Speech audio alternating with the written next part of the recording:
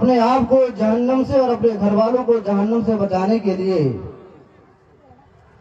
صحیح العقیدہ مسلمان ہونا ضروری ہے۔ دیکھیے، جہنم سے دائمی طور پر اپنے آپ کو بچانے کے لیے صحیح العقیدہ مسلمان ہونا اولاً ضروری ہے، پھر صالح الایمان ہونا ضروری ہے۔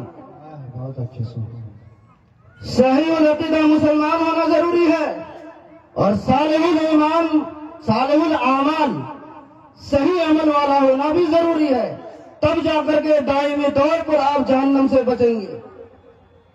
اور جزوی طور پر جہنم سے، دائمی طور پر نہیں، جزوی طور، اور صرف اگر آپ جنت ہی جانا چاہتے ہیں مگر جہنم کا مزہ چکھ کر کے، تو ایسے لوگوں کا وہی حال ہے جو ایمان جن کا ٹھیک تو ہے، صحیح العقیدہ مسلمان تو ہے مگر اعمال خراب ہے۔ یاد رکھیے، اگر آپ کا عقیدہ بھی صحیح، آپ کے اعمال بھی صحیح، تو رب تبارک و تعالی اپنے فضل سے سیدھے جنت بھیجے، جہنم جانے کی نوبت نہیں آئے گی۔ لیکن عقیدہ اگر صحیح ہے مگر اعمال گڑبڑ ہیں، جیسے بے نمازی ہیں، بدگو ہیں، جغل خور ہیں، جھوٹ بول رہے ہیں اور دیگر گناہ آپ کے اندر ہے، یعنی عقیدہ درست ہے مگر عمل ٹھیک نہیں ہے، تو یاد رہے ڈائریکٹ جنت نہیں جا پائیں گے آپ۔ رب تبارک و تعالیٰ اپنے عدل کے بنیاد پر آپ کو گناہوں کی سزا کاٹنے کے لیے جہنم بھیجے گا۔ ہاں، اگر رب تعالیٰ چاہے کہ آپ کے گناہوں کو معاف کر دے تو معاف کرنے کے بعد جا سکتے ہیں آپ ڈائریکٹ، ناممکن نہیں ہے۔ لیکن بدعمالی کی جو سزائیں ہیں رب تعالیٰ عدل فرمائے گا تو آپ کو ان بدعمالیوں کی سزا کاٹنے کے لیے جہنم جانا پڑے۔ اولاً اپنے آپ کو جہنم سے کامل طور پر بچانے کے لیے، یعنی بالکل ہی آپ اگر جہنم نہیں جانا چاہتے، کوئی نہیں چاہتا ہے، تو آپ کو صحیح العقیدہ مسلمان ہونا ہے، ساتھ ہی صالح الاعمال مسلمان ہونا ہے۔ عقیدہ بھی صحیح ہو، آپ کا عمل بھی صحیح ہو، عمل میں کوئی خرابی اور گڑبڑی نہ۔ الحمدللہ اہل سنت و جماعت کے افراد عقیدے میں تو بہت مضبوط ہیں، ہمارا عقیدہ صحیح ہے، عقیدے کے ہم سچے ہیں، مگر اعمال میں دیکھیے کتنی خرابیاں ہیں۔ کیا ان اعمال کی بنیاد پر رب تبارک و تعالی عدل فرمائے گا تو آپ کو جہنم نہیں بھیجے گا سزا کاٹنے کے لیے؟ جہنم کے بارے میں معلوم ہے جہنم میں ہوگا کیا؟ اس تفصیل میں جاؤں گا، بڑی بات لمبی ہوگی۔ المختصر یہ کہ قرآن کریم کی جس آیت کی میں نے تلاوت کی، رب تعالیٰ نے دو ذمہ داری دی ہے، اپنے آپ کو بھی جہنم کی آگ سے بچاؤ، اپنے گھر والوں کو بھی جہنم کی آگ سے بچاؤ۔ جہنم کی آگ سے بچانے کے لیے صالح الاعمال ہونا بھی ضروری ہے، صالح الاعتقاد ہونا بھی ضروری ہے۔ آج سوشل میڈیا کا دور ہے، فیس بک کا دور ہے، انسٹاگرام کا دور ہے، واٹس ایپ کا دور ہے۔ آج ایک بدعقیدگی کی بعد صبح پیدا ہوتی ہے، صبح جنم لیتی ہے، دوپہر کو وہ جوان ہوتی ہے، اور شام ہوتے ہوتے علامہ ارشد القادری کی زبان میں ہماری آبادیوں کے لیے آزار بن جاتی ہے، دردناک آزار۔ آپ دیکھ نہیں رہے ہیں بدعقیدے آج سوشل میڈیا میں اپنی بدعقیدگی پھیلانے میں مصروف ہے۔ میں نوجوانوں سے گزارش کروں گا، آج کے اس پرفتن ماحول میں، اس پرآشوب ماحول میں آپ پر سب سے زیادہ خطرہ ہے۔ آپ دل کے بڑے نرم ہیں، آپ دل کے بڑے بھولے والے ہیں، کوئی بھی آ کر کے آپ کے دل پر قبضہ کر لیتا ہے، اس لیے آپ چوکنا رہیں، چوکنا۔ بدعقیدوں کی کلپس نہ سنا کریں، وہابیوں کی کلپس نہ سنا کریں، دیوبندیوں کی کلپس نہ سنا کریں۔ ہر ایسا ویڈیو، ہر ایسا آڈیو جس میں بدعقیدگی ہے، جس میں شان رسالت میں توہین ہے، شان الوہیت میں توہین ہے، ایسے کلپس کو فوراً نظر انداز کریں، اس کو پورے سننے کی کوشش نہ کریں۔ آج دیکھ رہے ہیں حالات کیا ہے، رب ذوالجلال کی شان میں جو توہین ہو رہی ہے وہ ہو رہی ہے۔ آقا کریم رؤوف الرحیم صلی اللہ علیہ وسلم کی شان میں جو بدگوئیاں آئے دن ہو رہی ہے وہ آپ سن رہے ہیں، صحابہ کی شان میں جو بدگوئیاں ہوئی وہ آئے دن سن رہے ہیں۔ آپ حضرت امیر معاویہ رضی اللہ تعالیٰ عنہ جو جلیل القدر صحابی ہیں، ان کی شان میں نام نہاد مولائی آج جو ادھم مچا رہے ہیں وہ آپ دیکھ رہے ہیں۔ اس لیے اس پرفتن دور میں آپ کو ہر ظالم سے بچنے کی ضرورت ہے، وہابیوں سے بھی بچنا ہے، بدعقیدوں سے بھی بچنا ہے، اور نام نہاد خانقاہ کے لوگ جو آج رافضیت پھیلا رہے ہیں، جو حضرت امیر معاویہ کی شان میں گستاخیاں کر رہے ہیں، ایسے خانقاہ والے سے بھی بچنا ہے اور ان سے بچنے کی دوسروں کو تاکید بھی کرنی ہے۔ بے شک حق ہے۔ حضرات، اصحاب صفہ کے چبوترے سے لے کر آج کے ہمارے اس پنڈال اس وقت تک جو عقیدہ ہم تک اسلاف کے ذریعے پہنچا ہے شان الوہیت کے بارے میں، وہ یہی ہے کہ خالق حقیقی رب ذوالجلال کی ذات ہے، اللہ ایک ہے، وہ وحدہ لا شریک ہے، عبادت کا مستحق صرف اور صرف وہی ہے، واجب الوجود صرف وہی ہے۔ اللہ کی ذات کے علاوہ باقی جتنا ہے ذات و صفات کے علاوہ سب کے سب مخلوق ہیں، سب کے سب اللہ کے پیدا کرنے سے ہمارے سے وجود میں آئے ہیں۔ ان میں سے کوئی بھی ولی، کوئی بھی نبی، کوئی بھی پیر عبادت کا مستحق نہیں، اور نہ کوئی اللہ کے علاوہ کوئی نبی، کوئی ولی، نہ کوئی بھی بڑا سے بڑا معظم دینی واجب الوجود ہے۔ ہمارے سنت و جماعت کا عقیدہ یہی ہے، ہم کسی نبی کو، کسی ولی کو، کسی پیر کو، کسی کو خدا نہیں مانتے، نہ کسی کو سجدہ کرتے ہیں، نہ کسی کو عبادت کے مستحق سمجھتے ہیں، نہ کسی کو واجب الوجود مانتے ہیں۔ اللہ کی ذات واجب الوجود ہے، باقی کائنات میں کوئی واجب الوجود نہیں۔ مستحق عبادت صرف اللہ تعالیٰ، باقی کائنات میں کوئی مستحق عبادت۔ یہی نا عقیدہ سنیوں کا ہے، یہی نا عقیدہ آپ رکھتے ہیں۔ شرح عقائد صفحہ 16 اٹھا کر کے دیکھیے، شرک کی تعریف جو علامہ نصفی نے کی ہے وہ یہی کی ہے، الاشراک شرک اثبات الشریک فی الالوہیت بمعنی الوجوب کمال المجوز و بمعنی الاستحقاق العبادت کمال عبادت الاصنام۔ شرک الوہیت میں کسی کو اللہ کے شریک کرنا ہے۔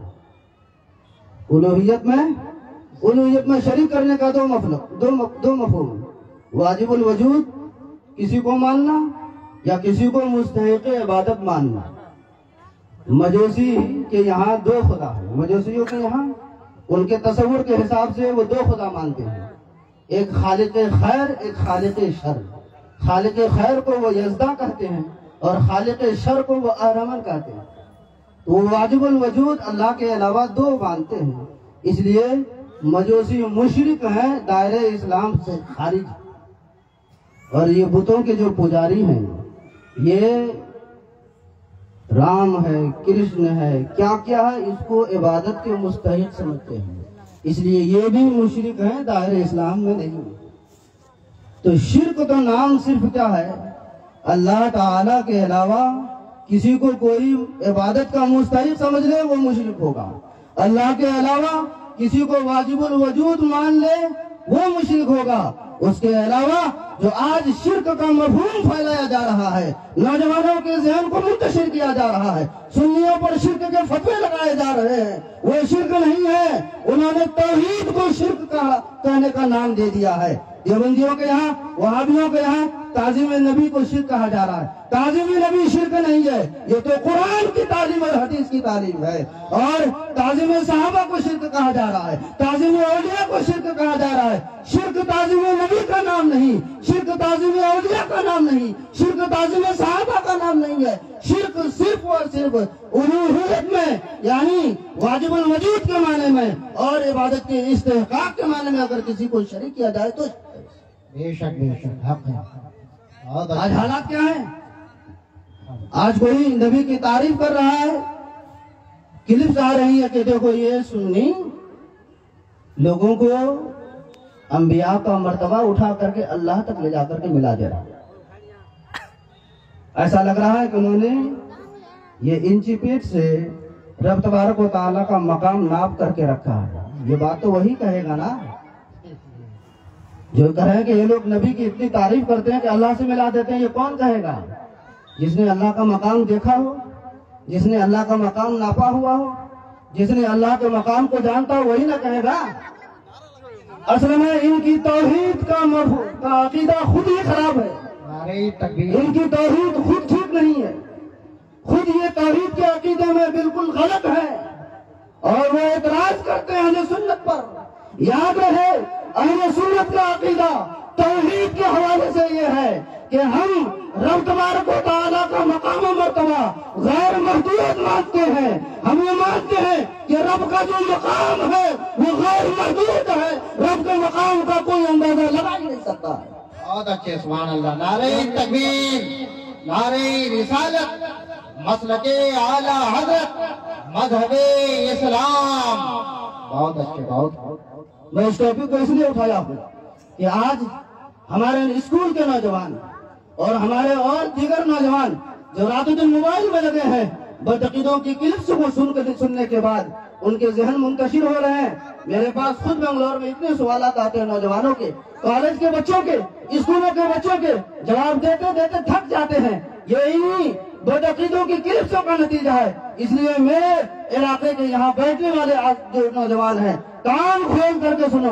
اولاً بدعقیدوں کی کلپس نہ سنا کرو اور اگر سنتے ہو تو علماء اہل سنت سے پھر جو ہے اس کی جانچ کر لیا کرو, تب ذہن بدلو. یوں ہی ان کی بات سن کر کے اپنا ذہن بدلا نہ کرو, اپنا عقیدہ بدلا نہ کرو. ہمارا عقیدہ وہی عقیدہ ہے جو صحابہ کا عقیدہ تھا. ہمارا عقیدہ وہی ہے جو انبیاء کرام سے آج تک چلا آ رہا ہے. امام احمد رضا نے کوئی نیا عقیدہ گھڑا نہیں ہے. اعلیٰ حضرت امام اہل سنت مجدد دین ملت نے وہی عقیدہ دیا ہے جو انبیاء کا عقیدہ تھا, جو صحابہ کا عقیدہ تھا, جو تابعین کا عقیدہ تھا, جو تبع تابعین کا عقیدہ تھا. کتابیں اٹھا کر کے دیکھو, سارے عقائد قرآن و حدیث کے لوگ لے کے ایک عقیدہ بھی امام اہل سنت کا. نعرہ تکبیر. نعرہ رسالت. مسلک اعلی حضرت. فیضان اعلی حضرت. بہت اچھے سبحان اللہ. آج کہا جا رہا ہے اگر کوئی کسی سے خیریت پوچھے کیا حال ہے, بولے اللہ اس کے رسول کا کرم ہے, تو بولتے دیکھو مشرک ہو گیا. اللہ کا کرم تو ٹھیک ہے مگر رسول اللہ کا نام تم نے کیوں جوڑا؟ اللہ کا کرم تو ٹھیک تھا, اللہ اس کے رسول کا کرم ہے, یہ رسول کیوں جوڑ دیا؟ کہاں شرک ہو گیا ہے. ارے دین کے غداروں, تم نے رسول کے نام کو شامل کرنے کی وجہ سے شرک اور کفر کا فتویٰ لگایا. تم نے کلمہ طیبہ کون سا پڑھا ہے؟ اسی کلمہ طیبہ میں جس کو پڑھ کر کے تم مسلمان ہوئے ہو. میرے رب ذوالجلال کی توحید کے اس بات کے ساتھ رسول اللہ صلی اللہ علیہ وسلم کی رسالت کی گواہی کی بغیر میرے نبی کے نام شامل کے تو مسلمان نہیں ہو سکتے. اور خیریت پوچھنے پر جب کہا جائے اللہ اس کے رسول کا کرم ہے, تمہیں شرک سمجھ میں آ رہا ہے. اٹھاؤ صحابہ کرام کی زندگی, صحابہ کے. اچھا اگر آج سب سے بڑا فتنہ یہ بھی پھیلایا جا رہا ہے سوشل میڈیا کے ذریعے کہ اللہ سے مانگو بس, اللہ کے علاوہ نبیوں سے نہیں مانگ سکتے, شرک ہے. ولیوں سے نہیں مانگ سکتے, شرک ہے. یہ خود اتنا بڑا غلط عقیدہ ہے جو قرآن کی درجنوں آیتوں کے خلاف ہے. احادیث مصطفیٰ کا ایک ذخیرہ ہے جس کے خلاف ہے. قرآن اٹھا کر کے دیکھیے, قرآن میں رب تبارک و تعالیٰ نے سورۃ الحشر میں کیا فرمایا؟ ما آتاکم الرسول فخذوہ وما نہاکم عنہ فانتہوا. رسول جو تمہیں دے اسے لے لو, جس چیز سے منع کرے ان سے رک جا. رب فرماتا ہے رسول جو تمہیں دیں. آیت کریمہ میں ماں کا لفظ ہے, ماں عموم کے لیے آتا ہے, ہر چیز کے لیے آتا ہے. میرا رب تبارک و تعالیٰ نے اپنے بندوں کو بتا دیا میرے رسول تم کو سب کچھ دے سکتے ہیں, سب کچھ عطا کر سکتے ہیں, دنیاوی چیز بھی دے سکتے ہیں, اخروی چیز بھی دے سکتے ہیں. قرآن کہہ رہا ہے, رب کہہ رہا ہے, حبیب سب کچھ دے سکتے ہیں. آج کا ملا ٹوپی پہن کے کہہ رہا ہے نبی سے مانگنا شرک ہے. بولے نبی کی مانو گے یا قرآن کی مانو گے؟ قرآن مانو گے تب مسلمان ہوگا. آگے ان مولویوں کے چکر میں ایمان برباد ہو جائے گا. صحابہ کرام نے اس آیت پر عمل کر کے دکھایا بھی. صحابہ نے دنیاوی چیز بھی مانگی نبی کریم صلی اللہ علیہ وسلم سے, اخروی چیز بھی مانگی. حضرت ابو ہریرہ صحیح بخاری کی حدیث سے اٹھا کر کے دیکھیے, عربی بات پڑھنے کا وقت نہیں ہے. حضرت ابو ہریرہ کو اخیر عمر میں نسیان کی بیماری لاحق ہونے لگی. بارگاہ رسالت میں حاضر ہوئی, جا کر کے عرض کیا یا رسول اللہ مجھے بھولنے کی تھوڑی بیماری ہو گئی. میرے نبی یہ نہیں فرماتے ہیں مجھ سے یہ مانگو مت شرک ہو جائے گا. میرے نبی نے فرمایا ابو ہریرہ چادر پھیلاؤ. حضرت ابو ہریرہ نے چادر پھیلائی. میرے نبی نے ایسے دونوں ہاتھوں کو لپ بنا کر کے ایسے حضرت ابو ہریرہ کی چادر پر ڈال دیا اور فرمایا ابو ہریرہ چادر اوڑھ لو. حضرت ابو ہریرہ نے چادر اوڑھ لی. فرماتے ہیں اس واقعہ کے بعد فما نسیت قط, میں نے کوئی حدیث کبھی بھولی نہیں. سبحان اللہ، بہت اچھے. میں نے کبھی کوئی نہیں حدیث نہیں بھولی. حضرت عبداللہ بن عتیق ہیں، کعب بن اشرف یہودی کو قتل کرنے کے لیے گئے. دشمن تھا بہت بڑا اسلام کا، اور سیڑھی سے اترتے ہوئے، 2 منزلہ عمارت تھی، سیڑھی سے اترتے ہوئے پنڈلی کی ہڈی ٹوٹ گئی. سر کا کپڑا نکال کر کے باندھ کر کے کسی ہاسپٹل میں نہیں گئے. صحابہ کا مزاج دیکھو، پنڈلی کی ہڈی ٹوٹ گئی ہے، کسی ہاسپٹل میں نہیں گئے. اس زمانے میں بھی دواخانے موجود ہوں گے، اس زمانے میں بھی حکیم موجود ہوں گے، مگر صحابہ کا ایمان دیکھو. ہڈی ٹوٹ گئی پنڈلی کی، نہیں گئے کسی دارالشفا میں، گئے تو سارے دارالشفا کا جو دارالشفا ہے، جو مدینہ المنورہ کے سردار ہے، آقا کریم کی بارگاہ میں گئے اور جا کر کے عرض کیا. ساتھی لوگ بھی لے کر کے گئے، یا رسول اللہ، ادھر پنڈلی کی ہڈی ٹوٹ گئی. میرے نبی نے اپنا لعاب دہن لگایا اور فوراً پنڈلی کی ہڈی ٹوٹ گئی. فرماتے ہیں اس کے بعد زندگی بھر مجھے کبھی نہ تو درد کا احساس ہوا، نہ چبھن کا، نہ کسی ٹیک کا. سبحان اللہ، نعرہ تکبیر. صحابہ کرام کو جب کوئی ضرورت پیش آتی تھی، صحابہ کرام کو جب کوئی ضرورت پیش آتی تھی تو کہیں نہیں جاتے تھے سیدھے بارگاہ رسالت میں، وہیں جا کر کے عرض کرتے تھے، وہیں مانگتے تھے. یہ صحابہ کا عقیدہ، اور اہل سنت وہی عقیدہ اہل سنت کا ہے. ہم نبی سے مانگتے ہیں اور مانگتے رہیں گے. یہ صحابہ نے عقیدہ دیا. آج کہا جا رہا ہے نبی سے مانگنا شرک ہے. یہ قرآن، یہ چند دلائل ہیں. اور آخری پوائنٹ پر گفتگو کر کے ختم کر رہا ہوں. نام نہاد مولائی. آج حضرت مولا علی مشکل کشا کرم اللہ تعالیٰ وجہہ الکریم اور رضی اللہ تعالیٰ عنہ کی محبت کی آڑ میں کر کے حضرت کچھ صحابہ کرام کی شان میں بھونکنے کی کوشش کر رہے ہیں. اس میں کچھ خانقاہ والے پیر صاحب لوگ شامل ہیں. ایسے خانقاہوں کو ایسے ہی نکال کے پھینکیے اپنے علاقے سے جیسے دودھ سے کسی بات نکال کے پھینکا جاتا ہے. پیر وہی قابل ہے تعظیم ہے جو اہل سنت و جماعت کے عقیدے پر قائم ہے، جو ذرہ برابر ہٹا اس کو علاقے میں جگہ نہیں ملنی چاہیے. یہ بدعقیدے جہاں جائیں گے یہ بدعقیدگی پھیلائیں گے. ہمارے علاقے کے لوگ زیادہ پیر پرست ہیں اور آس پاس کے محلے وغیرہ کے لوگ زیادہ پیر پرست ہیں. بلا شبہ پیر کی تعظیم کیجیے، منع نہیں، مگر ایک حد تک کیجیے اور وہاں تک کیجیے جہاں تک آپ کو اجازت دے دی ہے. مزاروں پر جاتے ہیں جائیے، بزرگان دین کے فیوز و برکات حاصل ہوتے ہیں، مگر اسی دائرے میں جا کر کے واپس آئیے جس دائرے کی اجازت دی جاتی ہے شریعت میں. اور ہمارے امام اہل سنت نے جس کی اجازت دی ہے، بس ہم کہنے کو سننے ہیں، مگر ہمیں معلوم نہیں کہ میرے اعلیٰ حضرت کا مسلک کیا، ہمیں معلوم نہیں کہ مسلک اعلیٰ حضرت کیا. اعلیٰ حضرت امام اہل سنت مجدد دین ملت نے الزبدۃ الزکیہ لتحریم سجود التحیہ لکھ کر کے یہ ثابت کیا ہے کہ سجدہ عبادت تو کفر ہے، سجدہ تعظیم بھی کسی نبی کے لیے، کسی ولی کے لیے، آج کی نبی تو ہے نہیں، آج کے اس دور میں سجدہ تعظیم بھی حرام ہے، اشد حرام ہے.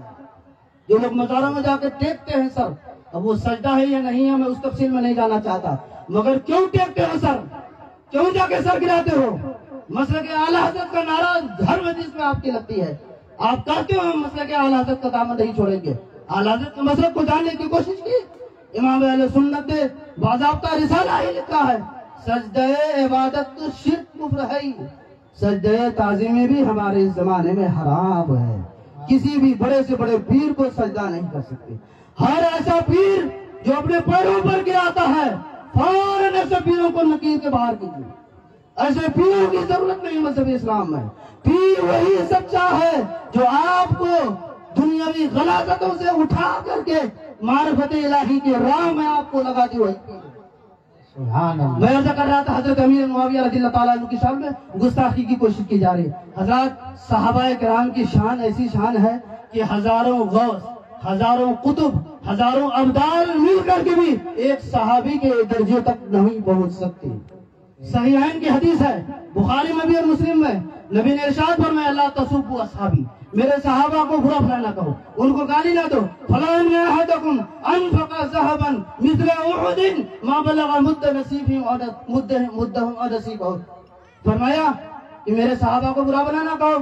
اگر تم میں سے کوئی آدمی احد پہاڑ کے برابر بھی سونا خرچ کرے تو کسی صحابی کے ایک مد یا آدھے مد تک نہیں پہنچ سکتا.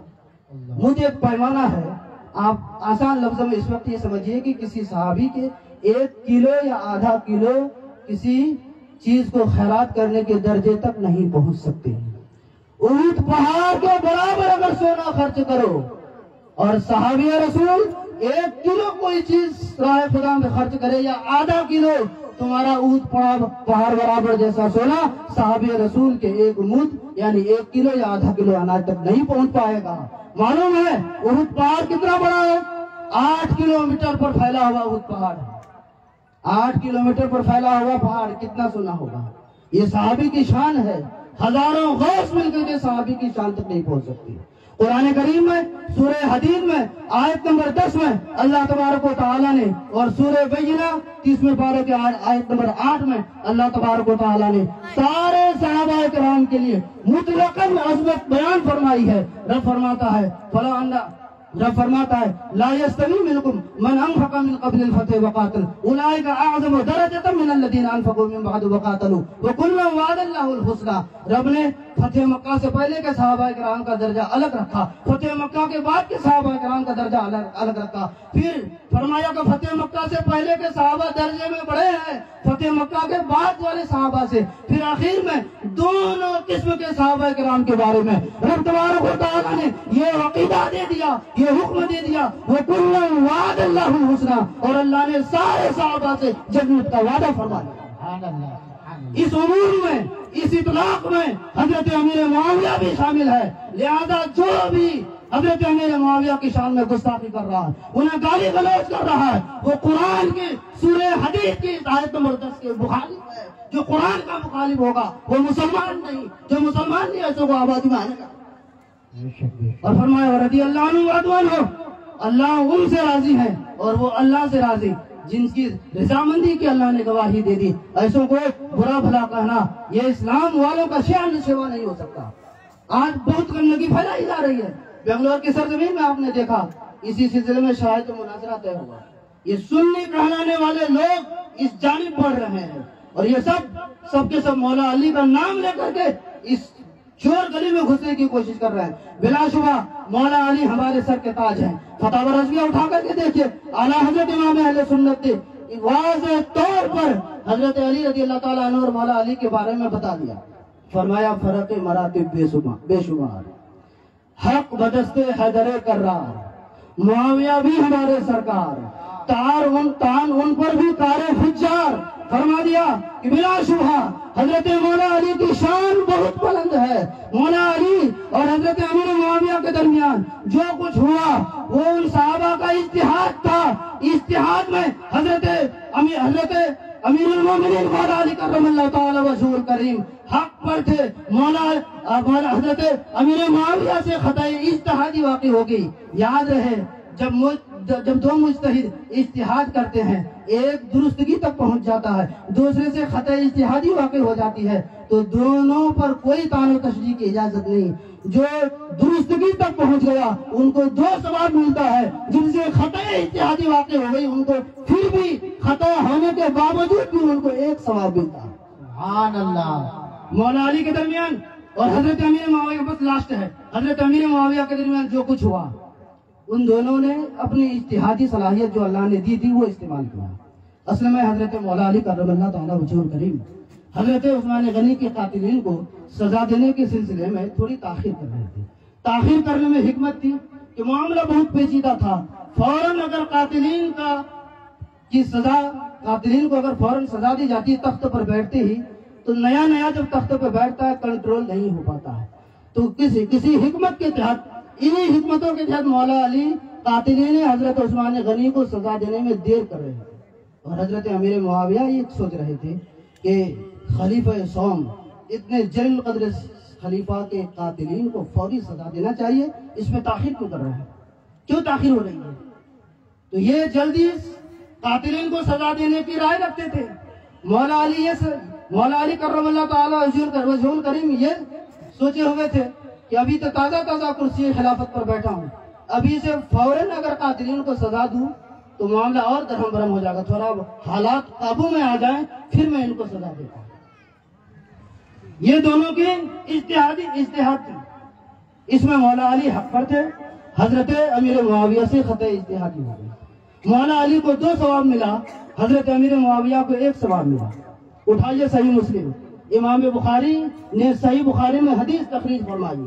صحیح بخاری کون کتاب ہے؟ قرآن کریم کے بعد سب سے صحیح ترین کتاب، اصح کتب بعد کتاب اللہ تعالی۔ اب حضرت عمرو بن عاص سے مروی ہے، وہ کہتے ہیں میں نے نبی کریم صلی اللہ علیہ وسلم کو فرماتے ہوئے سنا، اذا حکم الحاکم فاجتہد ثم اصاب فلہ اجران واذا حکم الحاکم فاجتہد ثم اخطأ فلہ اجر۔ جب کوئی مجتہد اجتہادی صلاحیت کو بروئے کار لاتا ہے، پھر وہ اجتہاد کرتا ہے، اگر اجتہاد کرنے کے بعد درستگی تک پہنچ جائے تو ان کو 2 اجر ملتا ہے، اور اگر ان سے خطا اجتہادی واقع ہو جائے تو ان کو پھر بھی 1 اجر ملتا ہے۔ مولا علی کرم اللہ تعالی وجہ کریم اپنے اس اجتہاد میں 2 اجر کے مستحق ہو گئے، اور حضرت امیر معاویہ اپنے اجتہاد میں 1 اجر کے مستحق ہو گئے۔ اس لیے نہ تو ان پر تان جائز ہے نہ ان پر تان جائز ہے۔ آج جو بھی حضرت امیر معاویہ پر تان کر رہا ہے وہ مذہب اہل سنت سے خارج ہے، وہ قرآن حدیث کی ان تعلیمات سے باہر ہے۔ وآخر دعوانا الحمدللہ رب العالمین۔